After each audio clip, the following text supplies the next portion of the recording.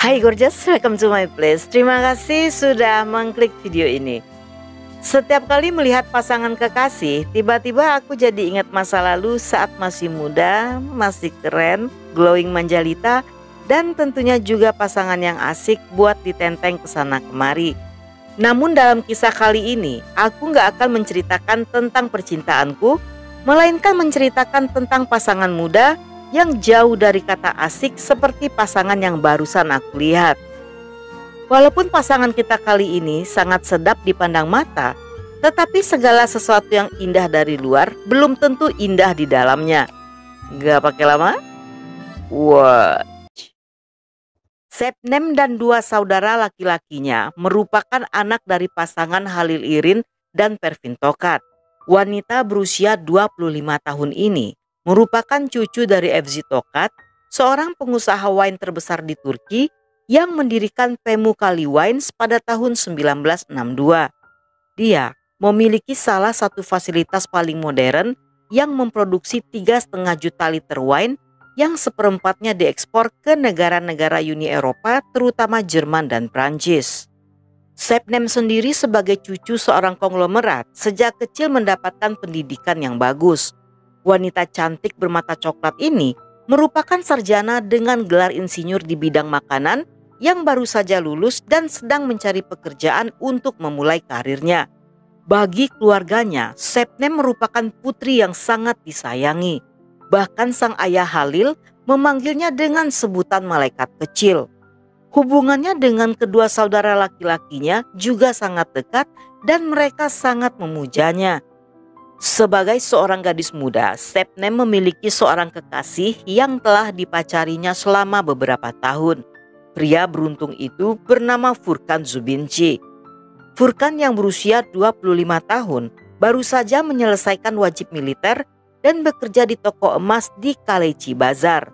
Furkan sering berkunjung dan sesekali menginap di apartemen Sepnem yang saat itu tinggal sendirian. Walaupun telah berhubungan cukup lama, tetapi hubungan mereka sering putus sambung.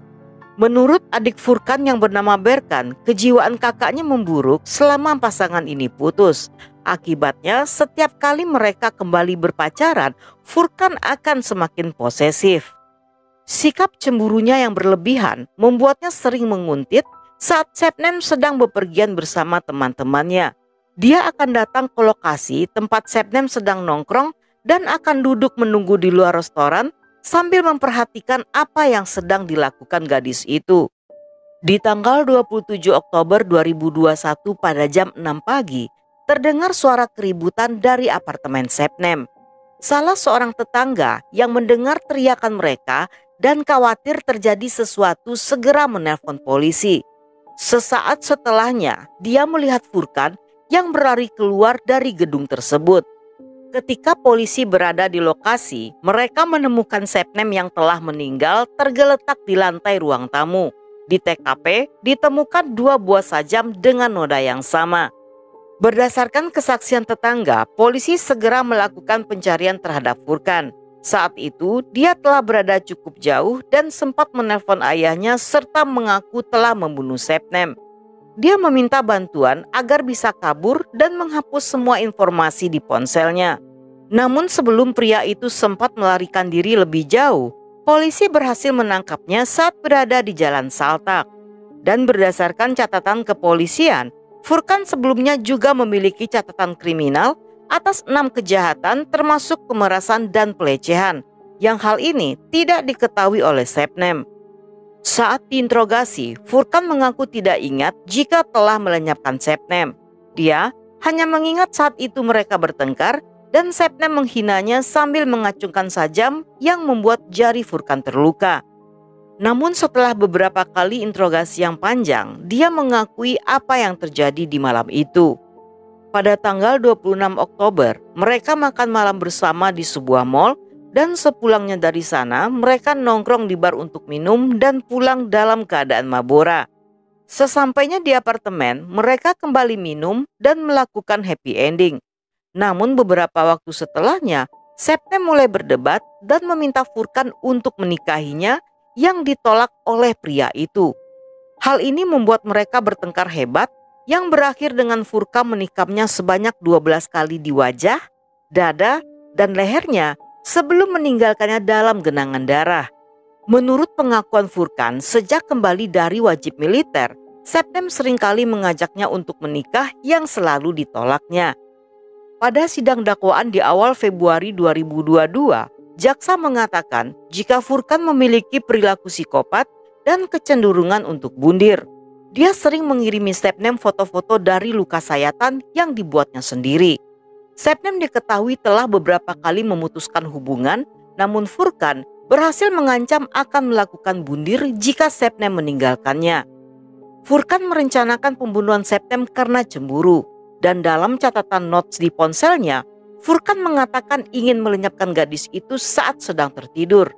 Jaksa juga mengantongi pengakuan Furkan pada ayahnya dan pada salah seorang temannya bernama Mustafa. Dengan adanya bukti-bukti tersebut, jaksa melihat kasus ini sebagai pembunuhan yang telah direncanakan dan menuntutnya dengan hukuman penjara seumur hidup. Saat ini Furkan berada dalam tahanan sambil menunggu persidangan lanjutan. Septem sendiri disolatkan di Masjid Agung Denzili yang dihadiri oleh keluarga, teman-teman, dan beberapa orang penting di pemerintahan Turki. Beberapa pejabat menunjukkan rasa simpati atas kasus ini yang dianggap sebagai kasus femisida. Sebelum Peti diturunkan ke liang lahat, sang ibu Pervin memeluk erat peti mati sang putri sambil melihat wajahnya untuk terakhir kalinya. Sang ayah dan kedua putranya bergantian memeluk dan mencium peti mati putri dan saudari mereka sambil menangis terisak-isak. Halil bahkan berkata, mulai hari itu dia tidak akan pernah lagi mendengar suara Septem saat memanggilnya ayah. Dan dia tidak akan pernah lagi bisa memandang wajah malaikat kecilnya.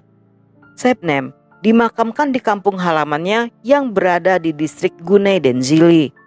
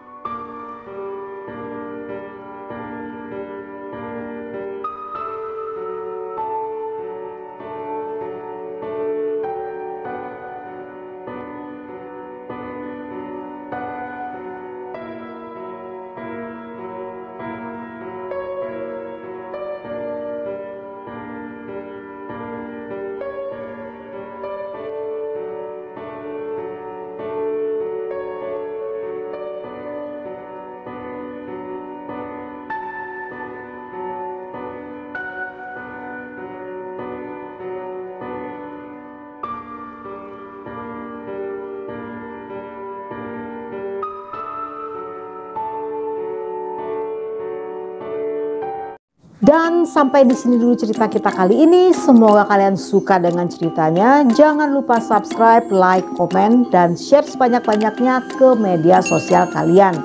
Dan buat kalian yang masih betah hingga akhir, thank you, love you, have a nice day, and then see ya.